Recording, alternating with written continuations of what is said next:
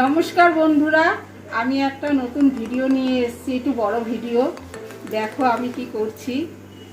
এখানে রান্না করছি। আমাদের এখানে মঙ্গলবার শীতলা পুজো, তাই শীতলা পুজো উপলক্ষে পান্তা হয় আমাদের এখানে। সেই পান্তার জন্য আমরা কি রান্না করছি সেটা তোমাদের শেয়ার করছি।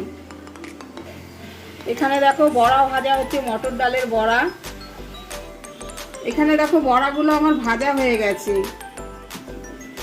এখানে মটর ডালের বড়া অনেকটাই ভাজা হয়ে গেছে। এখানে আছে পটল ভাজা, এখানে আছে মটর ডাল চচ্চড়ি, মানে যাকে বলে আমরা চচ্চড়িই বলি এটাকে, তাই তো, চচ্চড়ি।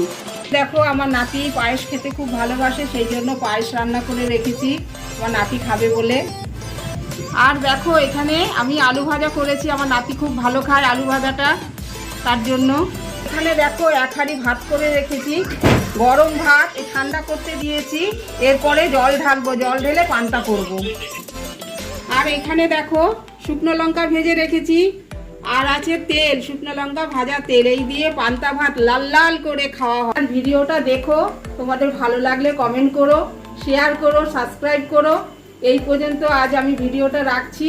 নমস্কার। তো থেকো, সুস্থ থাকো, ঈশ্বরের কাছে আমি কামনা করছি।